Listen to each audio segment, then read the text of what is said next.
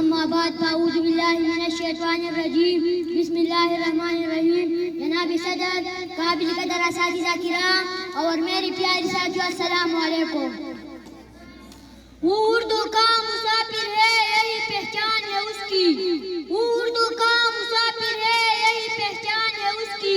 ادھر سے بھی گزرتا ہے، سلیقہ چھوٹ جاتا ہے.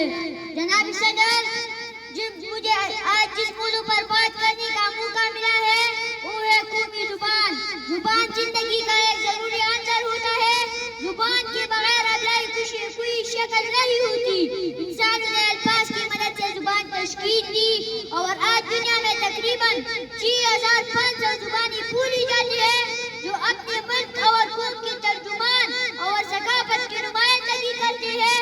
کوئی بھی زبان چھوٹی یا بڑی نہیں ہوتی. یہ اس قوم پر منحصر ہوتا ہے کہ وہ اپنی قومی زبان کو کتنی اہمیت دیتے ہیں. آج دنیا میں کچھ ممالک ایسے ہیں جنہوں نے اپنی زبان کو دنیا میں اہمیت کا حامل بنایا.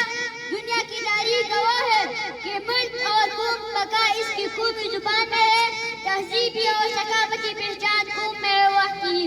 یہ ملک کی معاشی، سماجی اور سبھی ترقی کا دار و مدار بھی اس کی قومی زبان پر ہوتا ہے.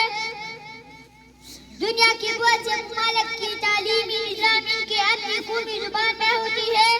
ترقی یافتہ قوم میں وہی ہے جنہوں نے اپنی زبان میں تعلیم حاصل کی.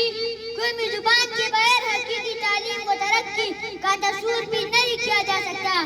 اس ذریعے تعلیم بنا کر ہی ترقی کا بنیاد رکھی جا سکتی ہے. جس طرح چین، جاپان اور روس سمیت دنیا کی بہت سے ممالک نے قومی زبان میں تعلیم دی کر اپنی قوموں کے لیے ترقی کے دروازے کھول دی.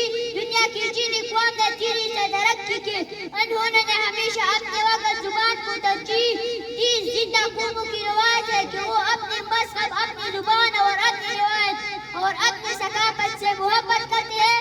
حضرت نے فرمایا کہ میں آپ کو واضح طور پر بتا دینا چاہتے ہوں کہ پاکستان کی سرکاری زبان اردو ہوگی اور اردو کے علاوہ کوئی اور زبان نہیں ہوگی.